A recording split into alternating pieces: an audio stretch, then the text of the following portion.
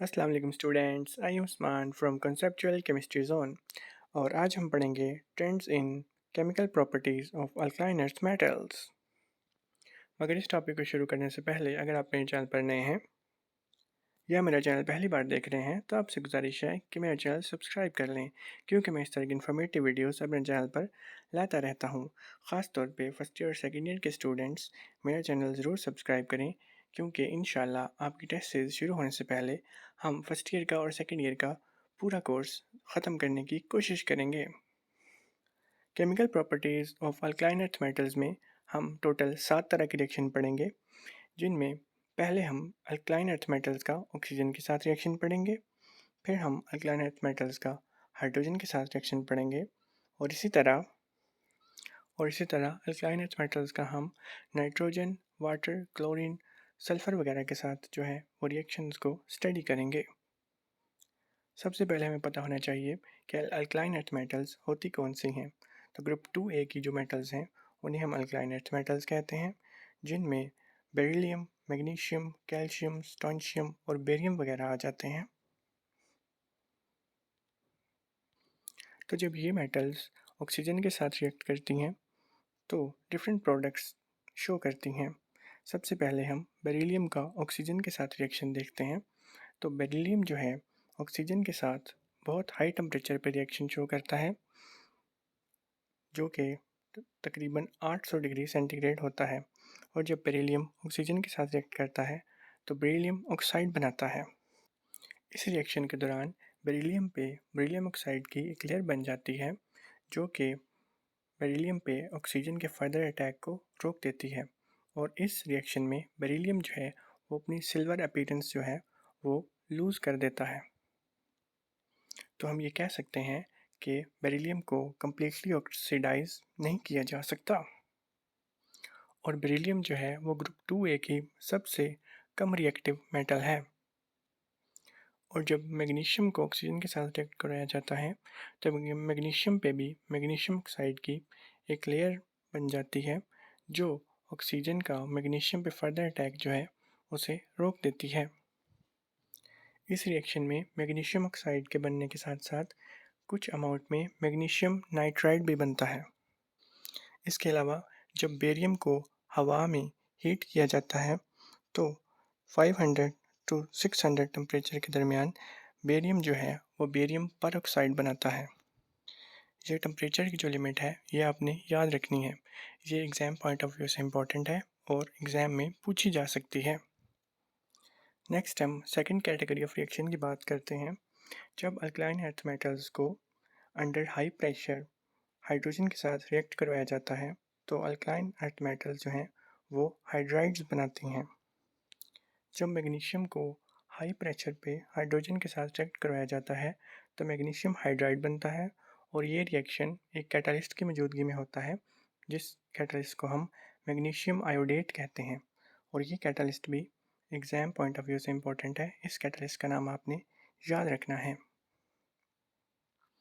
इसके अलावा third category reaction में हम अल्कलाइन अर्थ मेटल्स के नाइट्रोजन के साथ रिएक्शन स्टडी करते हैं।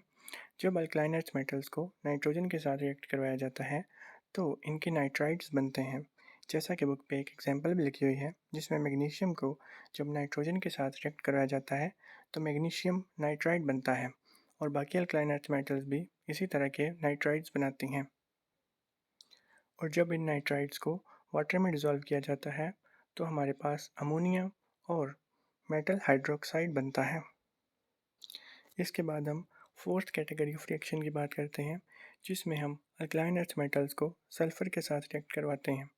जब अल्कलाइन अर्थ मेटल सल्फ़र के साथ रिएक्ट करती हैं तो मेटल सल्फाइड्स बनते हैं, जैसा कि बुक पे एक एग्जांपल है जिसमें मैग्नीशियम को जब सल्फ़र के साथ रिएक्ट करवाया जाता है तो मैग्नीशियम सल्फाइड बनता है, और इसी तरह के सल्फाइड्स बाकी अल्कलाइन अर्थ मेटल्स भी शो करती हैं।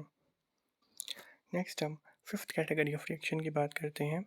फिफ्थ कैटेगरी में हम अल्कलाइन अर्थ मेटल्स को हेलोजेंस के साथ रिएक्ट करवाते हैं। जब अल्कलाइन अर्थ मेटल्स को हेलोजेंस के साथ रिएक्ट करवाया जाता है तो मेटल क्लोराइड्स बनते हैं, जैसा कि कैल्शियम को जब क्लोरीन के साथ रिएक्ट करवाया जाता है तो कैल्शियम क्लोराइड बनता है, और बाकी अल्कालाइन अर्थ मेटल्स भी इसी तरह के क्लोराइड्स शो करती हैं, जिनमें हेलोजेंस जो है वो Cl2, F2, I2 वगैरह की शक्ल में होता है और इनका जनरल फार्मूला ये है MX2। M represents the metal and X represents the halide ion। Next हम सिक्स्थ कैटेगरी ऑफ रिएक्शन की बात करते हैं, जिसमें हम अल्कलाइन अर्थ मेटल्स को वाटर के साथ रिएक्ट करवाएंगे। जब किसी भी अल्कलाइन अर्थ मेटल को वाटर के साथ रिएक्ट करवाया जाता है तो जनरली हमारे पास डिफरेंट तरह के कंपाउंड्स बनते हैं, यानी कि अल्कलाइन अर्थ मेटल्स जब वाटर के साथ रिएक्ट करती हैं तो एक ही तरह के कंपाउंड्स नहीं बनाती। जैसे कि जब मैग्नीशियम है, जब स्टीम के साथ रिएक्ट करता है तो मैग्नीशियम ऑक्साइड बनाता है और हाइड्रोजन जो है वो रिलीज़ होती है, और जो मैग्नीशियम है वो कूल्ड वाटर के साथ तो रिएक्ट करता ही नहीं। इसके अलावा बाकी अल्कलाइन अर्थ मेटल्स को जब वाटर के साथ रिएक्ट कराया जाता है तो मेटल हाइड्रोक्साइड्स बनते हैं, साथ हाइड्रोजन जो है वो रिलीज़ होता है। इसमें ये बात याद रखना ज़्यादा ज़रूरी है कि जो बेरिलियम है वो वाटर के साथ रिएक्शन शो नहीं करता।